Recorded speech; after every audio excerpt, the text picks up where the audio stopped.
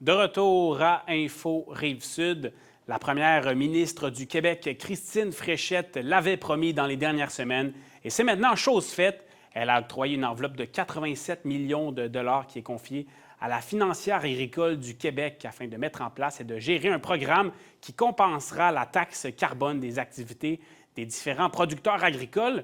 Parlons-en avec le président de la Fédération de l'Union des producteurs agricoles de la Montérégie, Jérémy Letellier. Bonjour, Monsieur Letellier. Bonjour. Ça a été donc annoncé dans les dernières semaines, cette nouvelle pour les producteurs agricoles. C'est un soulagement donc pour les producteurs agricoles de la Montérégie, j'imagine. Bien, quand même, parce que c'est une revendication de longue date qu'on avait. C'est pas complètement réglé. Je dirais qu'il y a des choses à peaufiner, mais grosso modo, c'est un très grand pas en avant. C'est vraiment une annonce qu'on attendait depuis longtemps, effectivement. Qu'est-ce qui reste alors à peaufiner? Bien, il y a quand même certains détails. L'enveloppe, Mme Fréchette devait sortir d'école rapidement. C'était quand même une lourde demande. Ils ont agi rapidement, mais ça laisse quand même certains angles morts. Donc, c'est vraiment des producteurs qui sont déjà inscrits à un certain programme de compensation qui vont recevoir un remboursement. Ça laisse en plan quand même plusieurs milliers de producteurs. Il va falloir travailler à régler cette situation-là.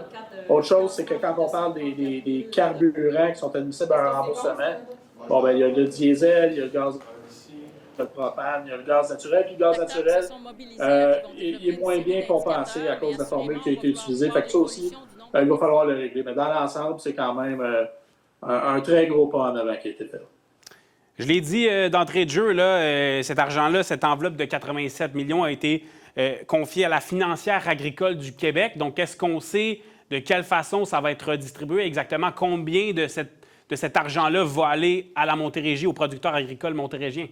Bien, je n'ai pas le chiffre exact pour la Montérégie, mais on pense que c'est une partie substantielle de cette enveloppe-là. C'est quand même à Montérégie donc, que la plus grande production de grains, donc au niveau du séchage des grains. C'est ici que ça se passe, au niveau des producteurs en serre aussi. Les fermes sont vraiment grosses, il y a beaucoup d'utilisation de diesel aussi, donc je ne pourrais pas dire exactement c'est quoi le montant qui va en Montérégie, mais il va être substantiel, c'est sûr. Puis donc, concrètement, comment est-ce que cette nouvelle-là diminue la pression financière de votre côté? Bien, c'est sûr qu'actuellement, ce n'est pas une période facile en agriculture, là, avec tous les soubresauts qu'il y a dans l'activité internationale.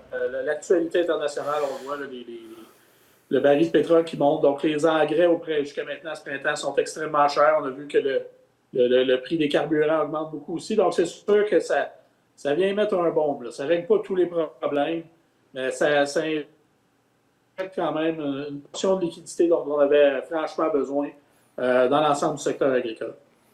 Mais tant mieux donc pour nos producteurs agricoles montérégiens. Puis, j'ai aussi lu qu'une somme serait donnée en fait à la relève agricole. À quoi ça consiste exactement? Bien, ça aussi, c'est une très, très belle annonce. Puis c'est une revendication de longue date de nos jeunes agriculteurs, donc de la Fédération de relève agricole du Québec.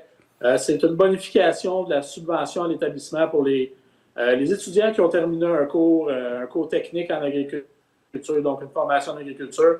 Il y avait droit à un montant de 50 000 en subvention à l'établissement depuis maintenant 12 ans. C'est un montant qui n'avait pas été indexé puis qui, franchement, méritait d'être indexé parce que le coût d'entrée dans la profession d'agriculture actuellement est beaucoup plus élevé qu'il était il y a 12 ans. Donc, ce montant-là est indexé à 65 000 ce qui est une très bonne nouvelle. Autre chose, c'est que pour qu'une relève puisse se qualifier maintenant aux programmes qui lui sont destinés, bien, elle va pouvoir être un agriculteur à temps partiel. Donc, ce qui était aussi une demande qui datait beaucoup parce que c'est pratiquement impossible pour une relève non apparentée de vivre juste de sa production agricole lorsqu'elle entre sur le marché du travail. Elle a souvent besoin d'un travail à l'extérieur. Donc, elle se disqualifiait elle-même des programmes de subvention qui étaient disponibles.